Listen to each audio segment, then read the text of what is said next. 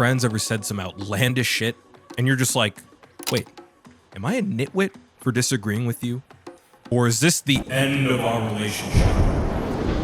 I'm talking about Videogamedunkey. Now, don't get me wrong. Dunkey's videos are a fucking masterpiece. There is such a beautiful sense of comedy interwoven with a great amount of analysis and actual substance in each of his videos. Whenever you watch his stuff, you know you're going to be entertained and get a well-reasoned and informed opinion. Seriously, go watch one of his videos. Now, I also just played through Final Fantasy VII Remake, and let me tell you that that was also a masterpiece. Well, maybe not a masterpiece, but there was a lot about it that I loved. The cinematography, the lighting, the combat. You got the big boy. Come on, that's some classic stuff right there, baby. He's dead. So imagine my excitement when I see Dunkey's Final Fantasy review pop into my subscription feed. I thought, yes, it's time for Dunkey to agree with me about how great an experience this was. Nope.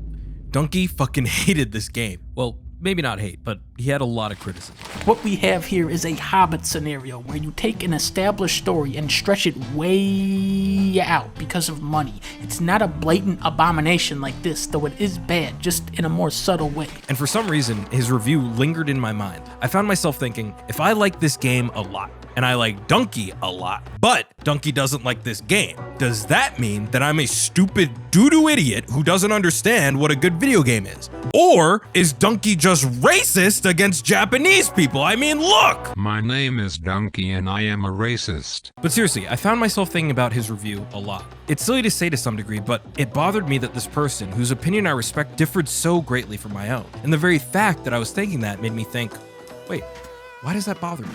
Turns out this is a phenomenon that researchers have studied at length. I got the chance to sit down with a social psychologist, and they let me know that I was experiencing a facet of what's known as balance theory. Balance theory was first posited by Fritz Heider in 1958, and here's how it works. When three things are in a relationship with one another, they seek to achieve balance through positive or negative associations. In my case, there are three things in relationship: myself, Dunkey, and Final Fantasy. As I mentioned, I love Dunkey, and I also love Final Fantasy, but Dunkey hated the game. This, as Heider notes in his text, The Psychology of Interpersonal Relations, created an imbalance. The reason imbalance is so uncomfortable is because it produces cognitive dissonance, a distressing feeling that your beliefs are at odds with one another. The literature went on to explain that in this scenario, there are only a few options. I have to do something to restore balance in these relationships. So, I can either relinquish some of the respect I had for Dunkey, or some of the respect I had for the game. Keep in mind, researchers have found that the avoidance of mixed emotions toward an object is the perceiver's desire to have a clear, consistent, and efficient perception of the world. In other words, my brain wants to have a clearly distinct and easily categorizable view of things. Well, I guess there's nothing I can do. Time to burn my Dunkey merch.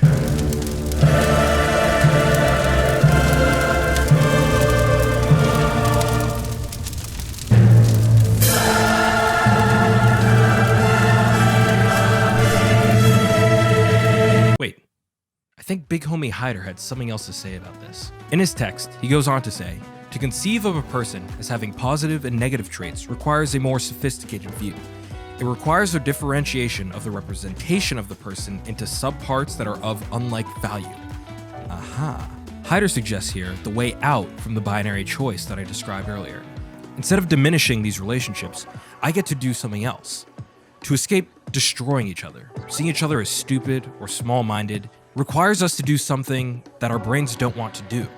Add nuance. When I disagreed with Dunkey, my first instinct was to find some way that I was right and he was wrong. But my first instinct could only have been that, the first step. Instead, Heider suggests that being able to add another layer of understanding to the thing that you disagree with is another way to achieve balance. Of course, Dunkey is just a YouTuber, and Final Fantasy is just a video game, and the world is on fucking fire right now as we all sit inside and get into arguments on Twitter and roast the shit out of Lana Del Rey, so what's the big deal about me disagreeing with some donkey on the internet? In reality, it has very little to do with video games and Dunkey, and much more to do with how we choose to think about and communicate with others. In every interaction we have, we're all confronted with choices. Ones that our brain actively wants us to indulge in, the knee-jerk reactions that diminish, shut down, and destroy other people and groups. But if we do that, we've lost that person forever. Our minds tell us that this person isn't worth it because of the discomfort that we may experience, so we shut them down and we shut them out. I think if there's any point to my experience, it's that there's a way to do this differently. To see the world and those around us with nuance, to let them say what they think and be challenged by it. And that doesn't mean bending over backwards to believe someone when they say some wild shit. Sometimes people just shouldn't have anything to say because they come from a place of vitriol, anger, or wanting others to feel bad. It goes without saying that in America, we've come to a point far beyond simple disagreements. There are and have been deep wounds in how we choose to acknowledge one another. It almost seems naive to say some of this kumbaya shit because there are some things that are undeniably wrong with how we treat each other. And yet, something like racism, or sexism, or militant nationalism are born exactly out of these same impulses that drove me to talk about this experience. Exclusion, shutting others down, seeing them as wrong and evil. At the core of this whole experience is truly two simple questions. Is this person really the demon that I've made them out to be? And why am I resistant to the idea of their humanity? While we may be seeking the easiest way to understand the world, I also want to believe that we have the capability to go against our biology here, to not give in to that simplifying impulse.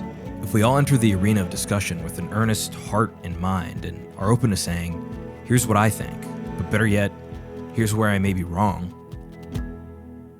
I think that's the most important thing we can do with one another.